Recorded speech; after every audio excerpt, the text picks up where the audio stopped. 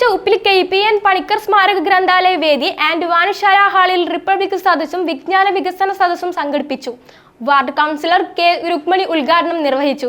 Monacha Uppilikkai PN Panicker സ്മാരക Granthavedi and വായനശാല ഹാളിൽ റിപ്പബ്ലിക് സദസ്സും വിജ്ഞാന വികസന സദസ്സും സംഘടിപ്പിച്ചു. Ward councillor K. രുക്മിണി ഉദ്ഘാടനം ചെയ്തു. ലൈബ്രറി കൗൺസിലിന്റെ നേതൃത്വത്തിൽ ഏറ്റെടുത്ത ഒട്ടനവധി പ്രവർത്തനങ്ങൾ നമ്മുടെ മുമ്പിലുണ്ട്. ഏറ്റവും നന്നായിട്ടുള്ള പ്രവർത്തനങ്ങൾ സംഘടിപ്പിക്കുന്ന, ഈ ജില്ലയ്ക്ക് തന്നെ മാതൃക ആകുന്ന രീതിയിലുള്ള പ്രവർത്തനങ്ങൾ സംഘടിപ്പിക്കുന്ന PN പണിക്കർ സ്മാരക ഗ്രന്ഥവേദിക്ക്, ആ ഗ്രന്ഥവേദിയുമായിട്ട് ബന്ധപ്പെട്ടുകൊണ്ട് ഇതിൻ്റെ തുടക്കം എന്ന രീതിയിൽ അക്ഷര കരോൾ എന്ന രീതിയിൽ ഏറ്റവും നന്നായി പരിപാടി സംഘടിപ്പിക്കുന്നതിന് വേണ്ടിയിട്ട് നമുക്ക് കഴിഞ്ഞിട്ടുണ്ട്.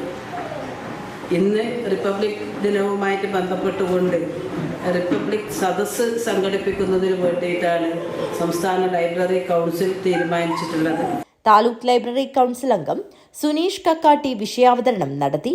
ചടങ്ങിൽ വെച്ച് പൂരക്കളി കലാകാരനുള്ള ഫോക്ലോർ അക്കാദമി അവാർഡ് നേടിയ പനക്കൂൽ കൃഷ്ണനും ഭിന്നശേഷി ജില്ലാ കായികമേളയിൽ ലോങ് ജമ്പിൽ സ്വർണം നേടിയ അശ്വതി കണ്ണോത്തിനെയും ഉപഹാരം നൽകി ആദരിച്ചു.